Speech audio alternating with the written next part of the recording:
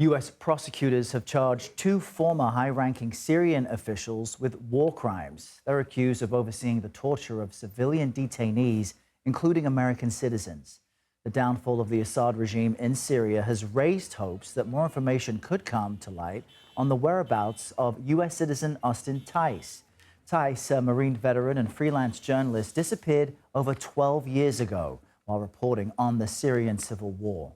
CBS News spoke with White House National Security Communications Advisor, that's John Kirby, and Tice's family yesterday. The events that unfolded over the weekend in Damascus may present an opportunity to get a little bit more information about where he is, what condition he's in, and what we may be able to do to get him home. It's a really unique moment over the course of the last 12 years that we've been advocating to bring him home.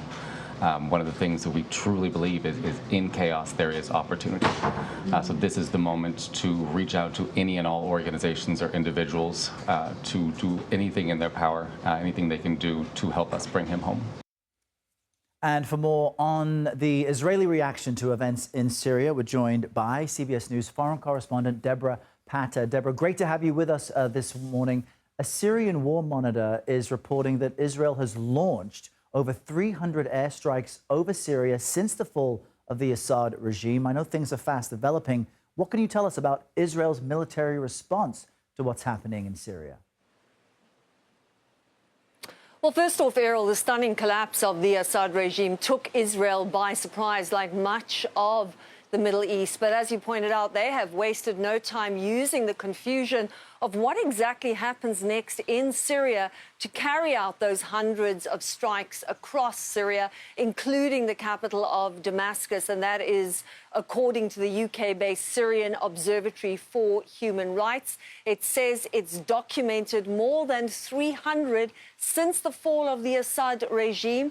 Israeli warplanes have been targeting military facilities of the Syrian army. These include weapon warehouses, ammunition depots, airports, naval bases, and research centers. And they say that this is to prevent weapons falling into the hands of extremists during this transition time.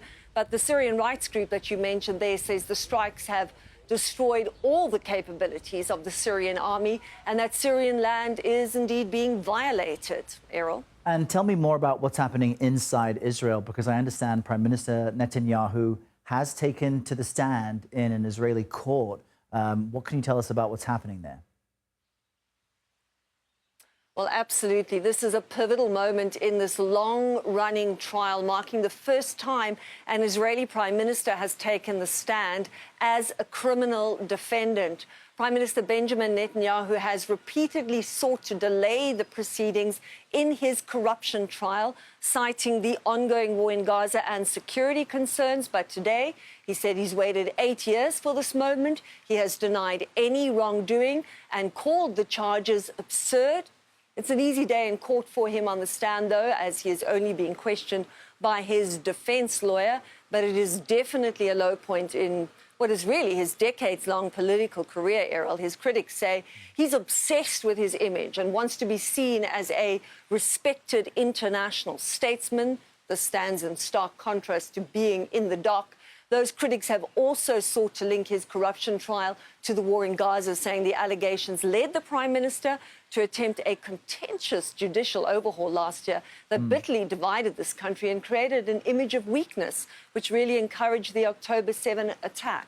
Errol? All right, significant updates from your part of the world. Debora Patta, thank you.